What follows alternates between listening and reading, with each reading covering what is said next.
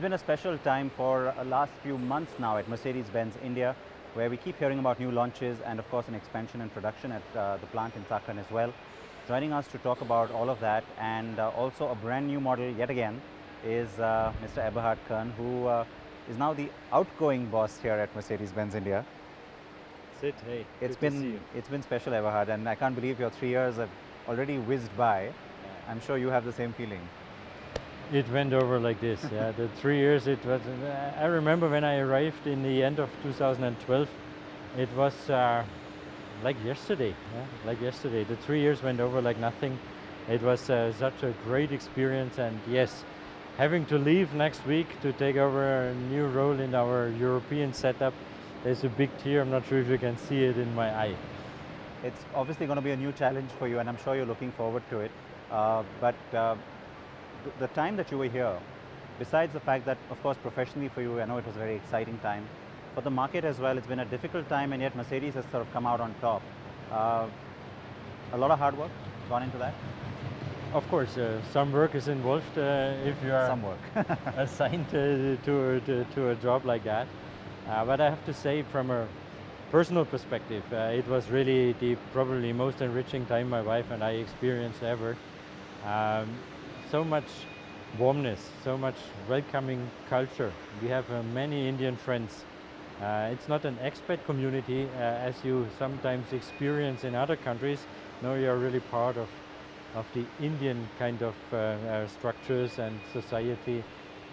My job gave us and me the chance to travel a lot. We saw quite a bit of this beautiful country with all, all the culture behind, all the heritage, the colorfulness, so diverse. It was a great stint, and India, it will always be part of my heart, and I'm sure we come back quite regularly. No, that's good to know. It's reassuring, and you're right about traveling around the country.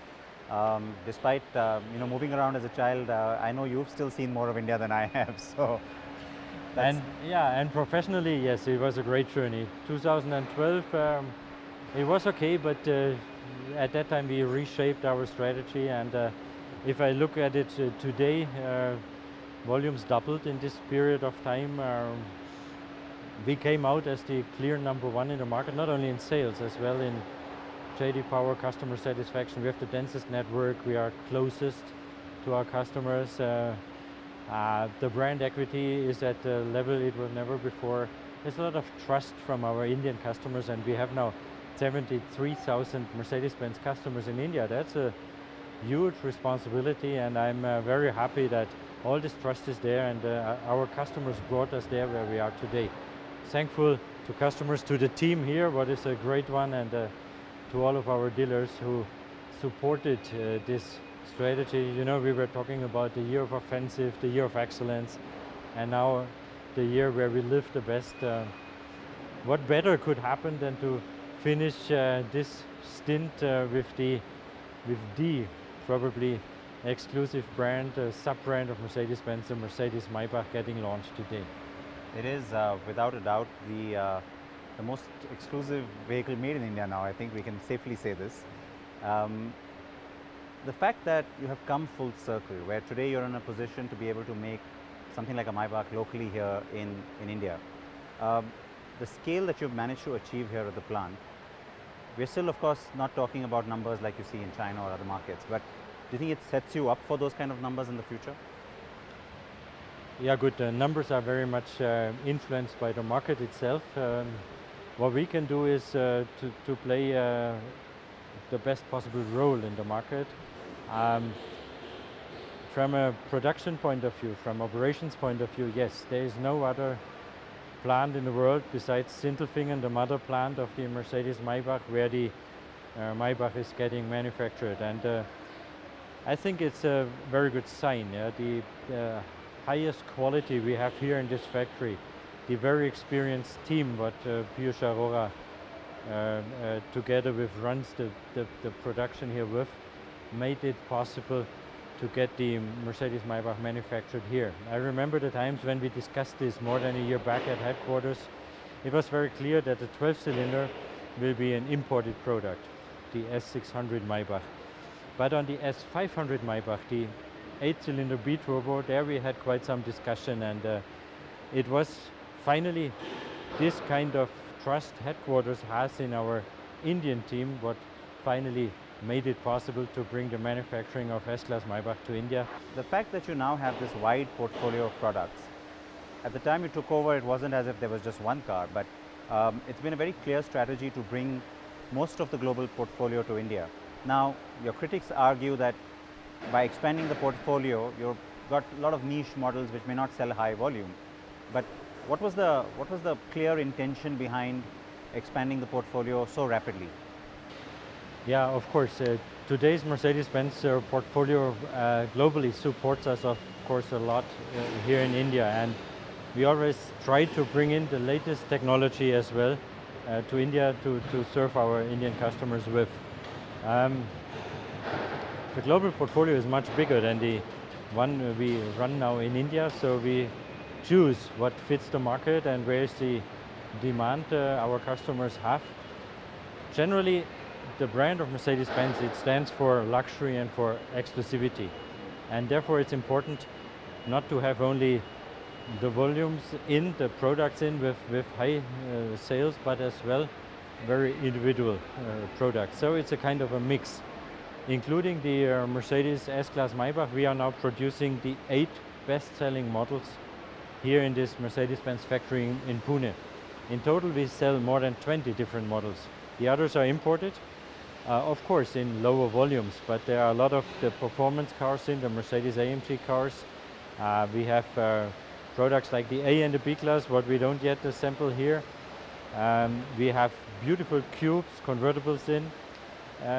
This might be not of the highest sales, but it's important because we have so many customers who travel the world, who know these products from any experience globally, that it's a good idea to have it here. Yes, you are right, we have to take care about complexity as well. It has to be possible for the factory and as well for our dealers to handle. But I think there we found a good way.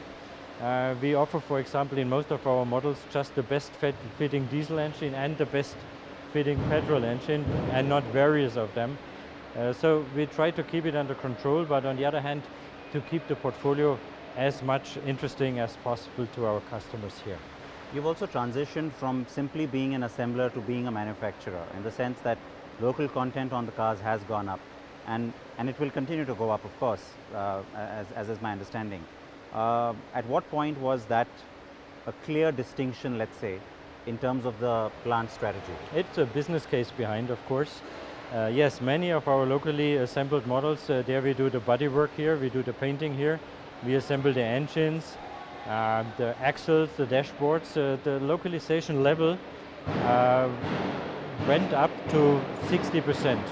Some of our models are at 60%. There we are at the limit, I have to say. If you would go further, you would go into a full-fledged production. This is only possible with high volume of single models, what we don't have yet. The last time I met Dr. Zetsche, who's of course the global boss at Mercedes, he alluded to the fact that given the size of this plant now and the kind of capacity you now have here, you could look at maybe even using it for exports. What kind of a decision or what needs to happen before a decision like that is taken? I'm sure you've discussed it at some point, so.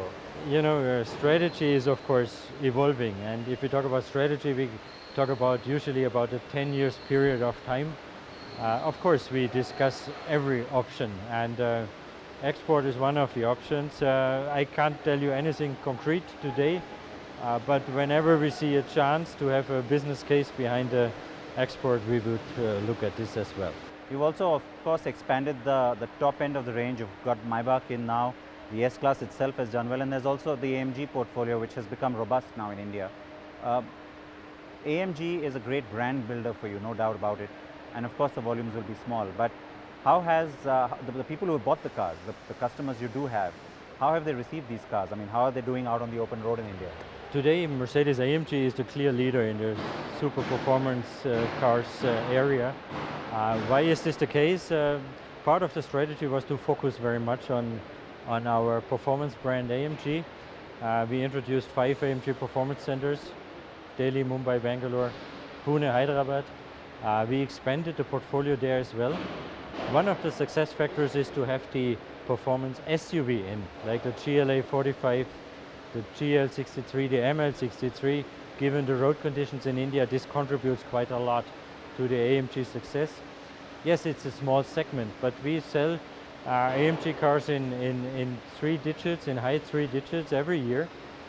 This makes it a real contributor, not only paying into the image of the brand, but as well giving us quite some reasonable business. So it was a good decision to focus on AMGs.